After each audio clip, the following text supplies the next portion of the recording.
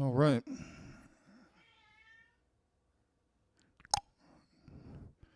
Just getting set up here.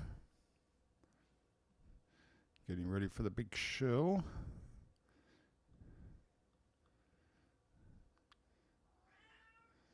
That's my cat G saying hello to everyone. That's what she does. Say hi one more time, G. There you go. You got to admire a cat that can, speak on command. Right, G? Yeah, there you go. All right.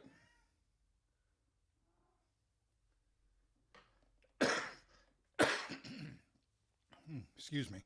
We're going to wait just a couple of minutes, see if we get a couple of people in here before we get started.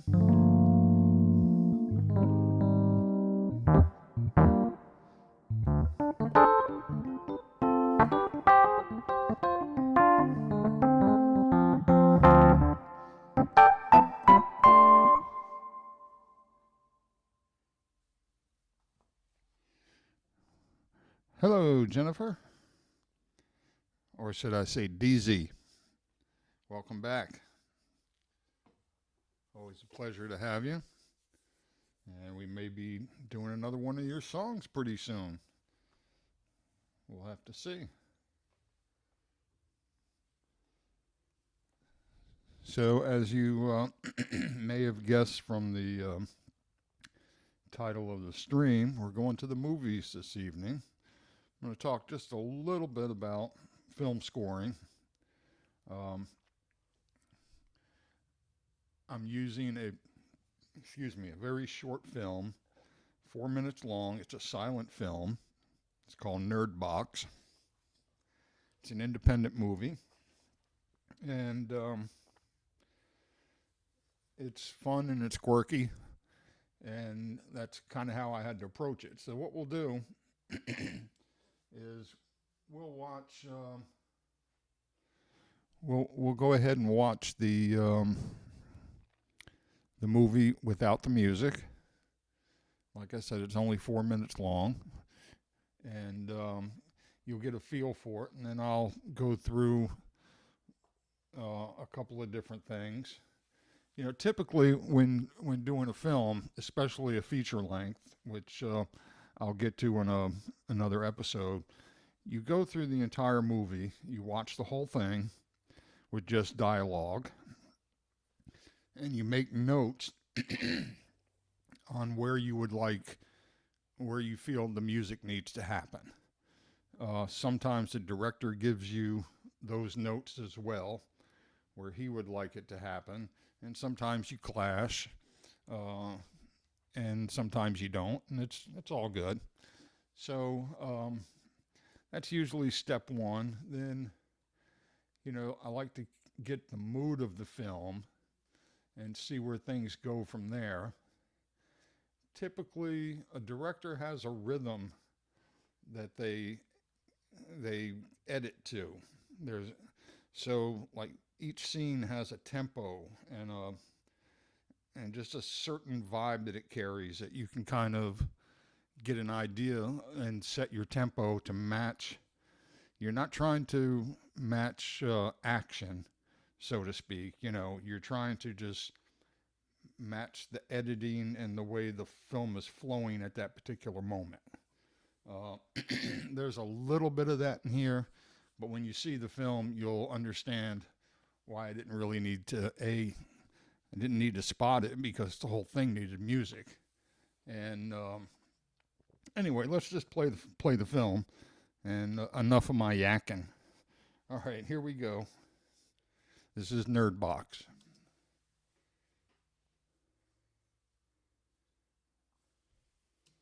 I've seen it play out much better. Here we go.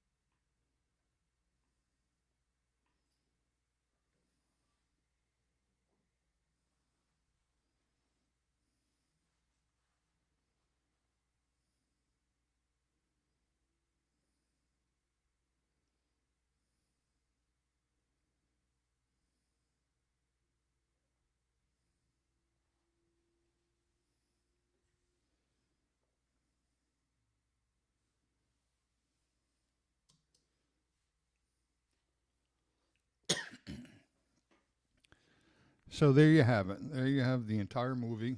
Um, like I said, little 4 minute film, a little quirky, very cool.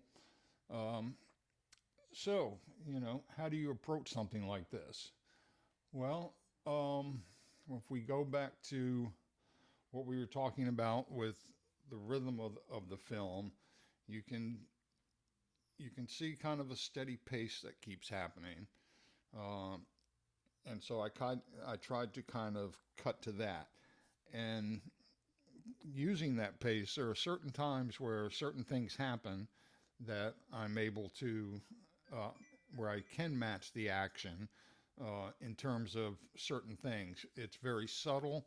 I'll point some of it out to you, but um, the way the whole thing started was basically with just some rhythm, so that when you see the the opening, this is kind of where I felt the tempo of the movie.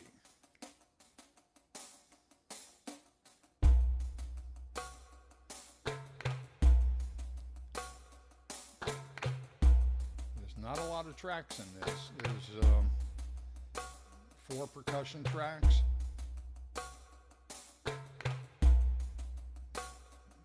Two go on fairly continuous, and then 2 more are introduced later on in the film.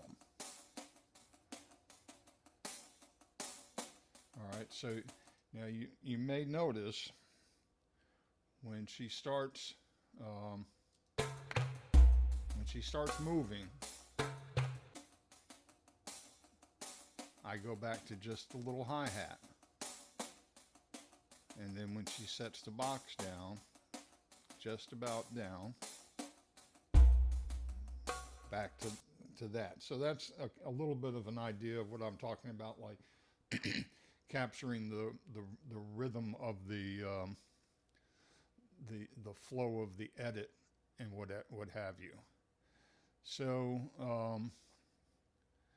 most of this was based off just a little chord riff.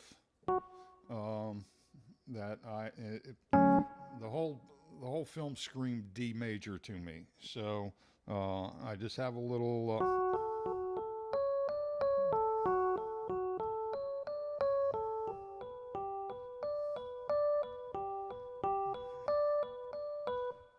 Those are going to be the main themes, just with some different. Let's pull that in here. Go back. I just use weird sounds.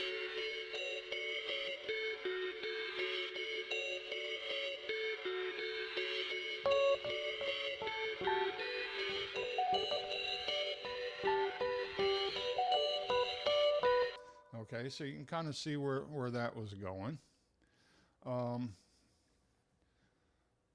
Let's watch the whole thing down with the music, and then we'll kind of backtrack a little bit from there. Or if anyone has any questions about things, we can address it that way.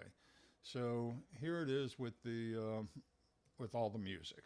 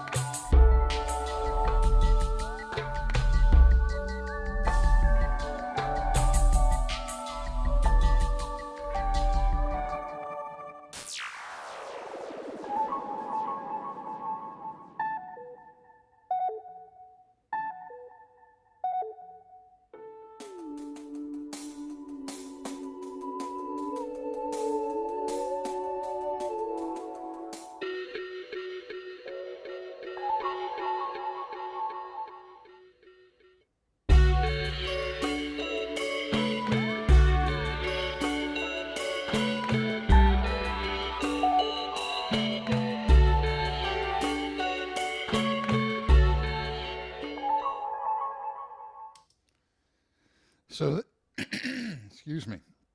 There you have it with the music. Um, it's actually very simple after you've seen the whole thing. When you're doing these things, it's not always as simple. This one, once I found a direction, um, because I think I was trying to. Sometimes I try too hard to do something. Maybe I'm thinking, and I don't remember my thought process on this completely, but I may have been thinking something maybe more traditional against it, um, but still, more like maybe a Danny Elfman type situation. Those kind of little things that he does.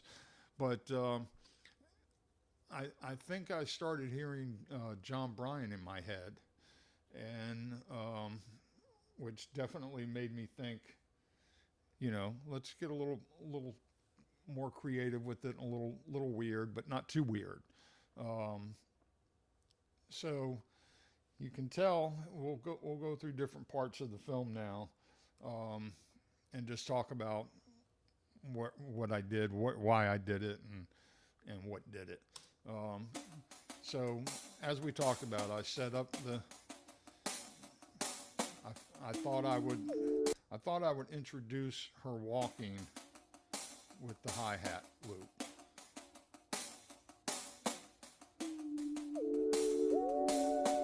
Now those little sine wave sounds that you hear in there, if you remember when I did that song on NJ, it's something I learned from Stevie Wonder, and I use it a lot. I think I said that a few weeks ago when I was explaining that. I use that technique a lot, where I just play random notes in random orders, and you get what you get. So, like on that particular section, it comes out to.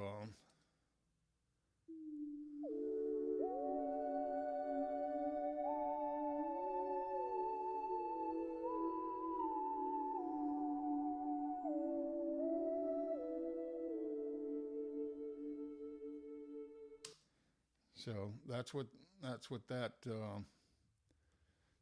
sounds like at that point.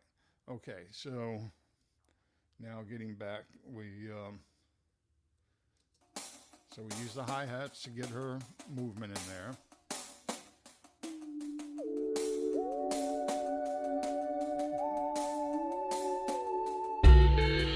As she sets that box down, I bring things in. As she tries to coax her out, now you'll notice right there, that little melody comes in every time she pops out of that box. So be conscious of that. And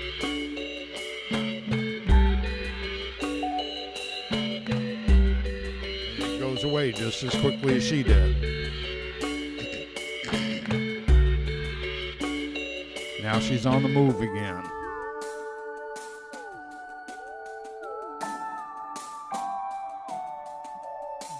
And as soon as she sets the box down,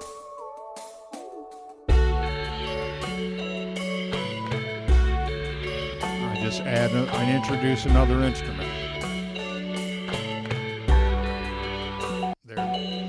There's that theme again as soon as she comes back out of that box.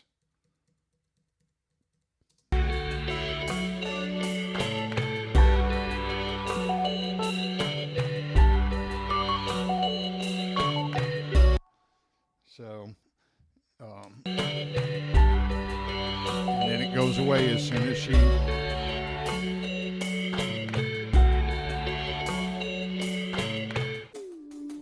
picking up the box again, and now you hear the sine waves come back in. There's a little fade to black there, so I use a little bit of an effect to just transition.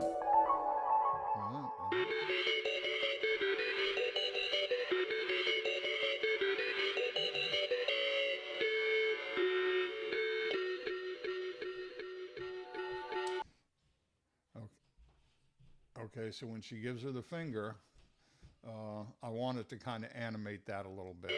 Now, you'll notice she doesn't have her theme when she pops out of the box this time because it's a whole different mood happening here.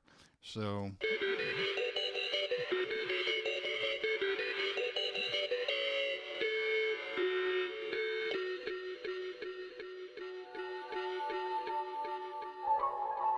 transition.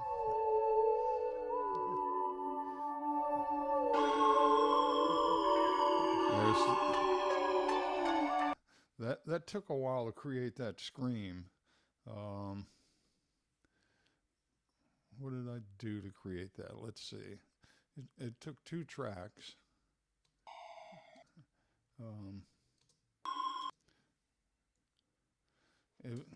I know it involved pitch bend.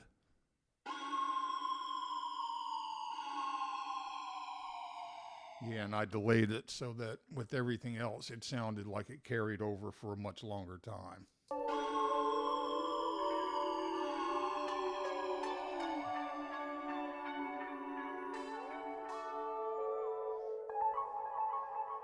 Now we're good. We're walking.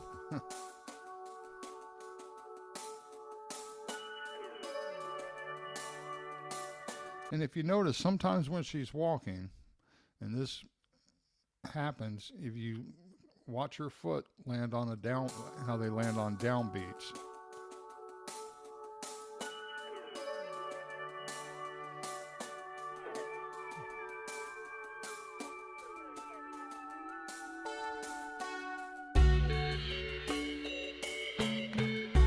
And she put that box down, so the theme comes back in.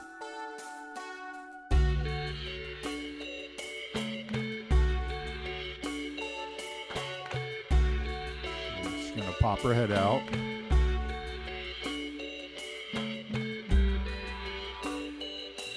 Sooner or later.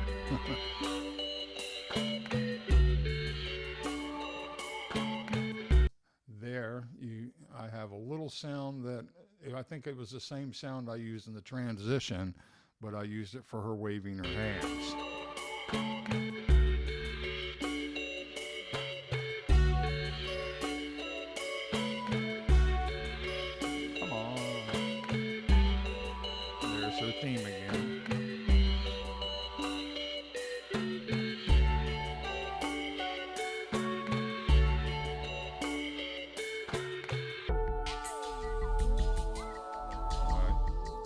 business now.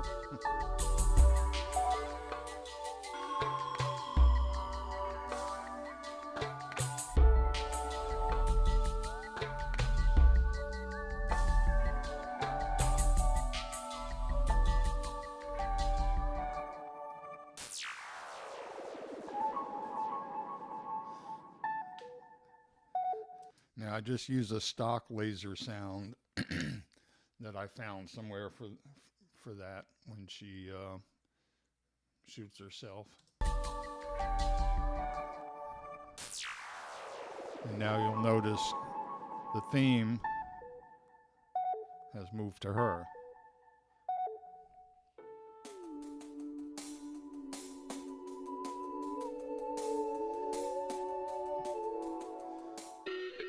And there we repeated what we did for the finger.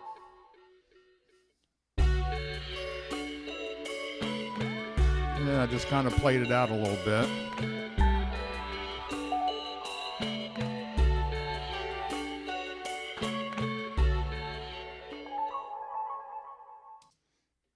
And there you have it. That's some Nerdbox. Again, a very short film. Sometimes those can be the can be the most difficult to do anything with, because you've got a very limited time to get the director's points across, and as they have a very limited time to tell their story, you have to tell it equally as succinct and be able to animate it at some point. So I thought this would be a good introduction to film. What we'll do on another episode, I want to bring in a full-length movie that I've done. I'm going to try and see if I can't get Babysitter Massacre, because that's kind of a cult favorite in the horror genre. And but there may be some rights involved with that. But some of the other ones, there won't be as many complications. So we're going to see if we can't get that to happen. I'll just pick a couple of scenes, and I'll do a few different movies. Excuse me. I'll do a few different movies next time so that you can see the variation from doing anything from electronic to orchestral to hybrid, meaning both electronic and orchestral. So, there's a lot of different ways to approach these. So, one of the things I suggest, if it's something you want to get into, take see if you can't find a video of some sort, take the music out, and write your own movie to it, or your own score to it. Sometimes there are different companies, like I think Spitfire is one, where they'll actually release a scene from a major film and have you rescore it, and as a contest thing, you win their orchestral library or something, maybe some money, maybe a gig, who knows, but it's a good way to practice. So you can try that. You can you can just try creating images in music to fit images in your head. I know that's kind of like songwriting, but it's not, because you do have to have a continuum happening that you don't normally get in a song, where you have more structure, where you have an intro and a verse and a chorus and a bridge. And in doing film, you can have tempo changes, time signature changes. All this stuff happens very quickly. So, we'll get into a little bit more of that, but I just wanted to start with something just kind of fun, and show you, what I get to do sometimes. And there you have it. I'm keeping this episode a little shorter tonight, but I'll be back next week. I don't know if we'll do another movie thing next week.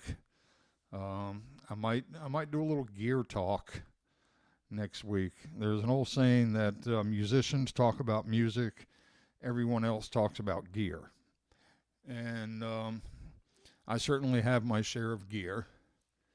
So I might share some of my favorite plugins, VSTs, with everybody, because there's some really cool things out there, and prices are so good nowadays. You'd be surprised what you can pick up for just very little money. But anyway, that's that concludes our broadcast evening. And does anyone have any questions?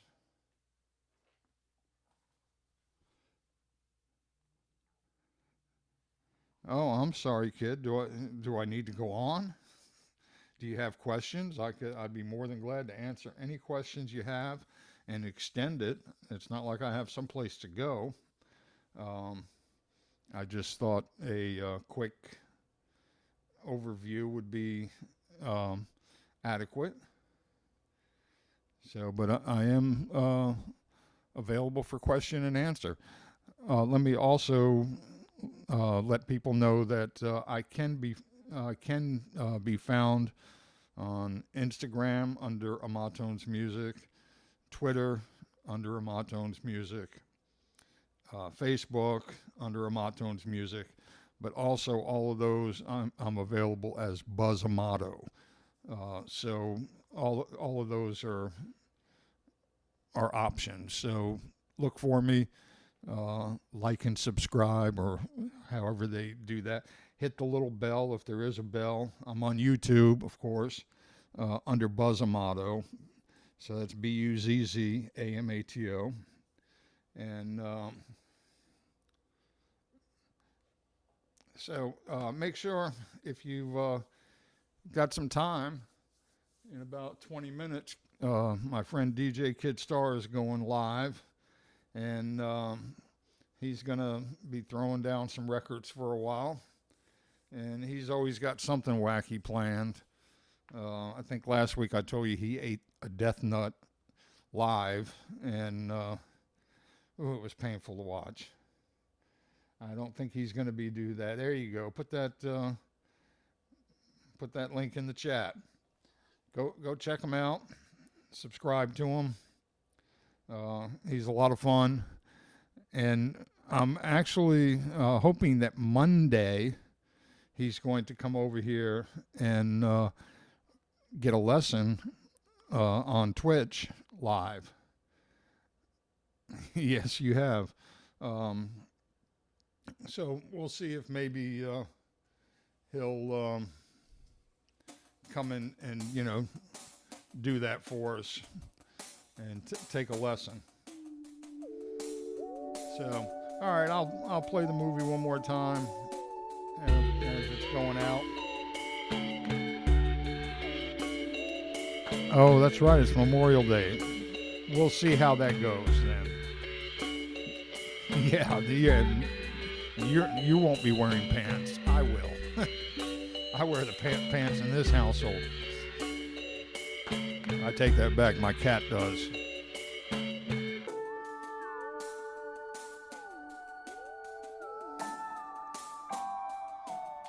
So anyway, I appreciate you all coming out. I appreciate those who watch after the fact. Just keep coming. I'm still learning all this. Hopefully getting a little better. And we'll see.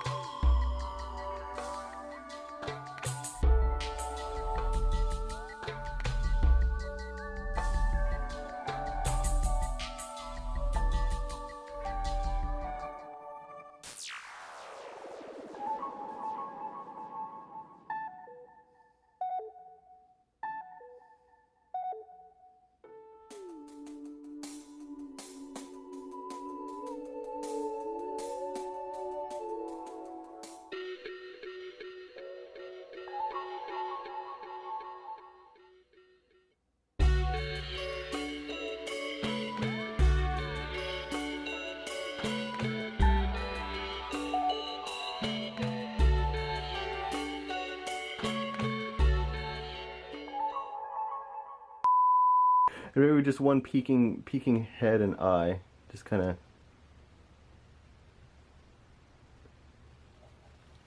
All right, we got it.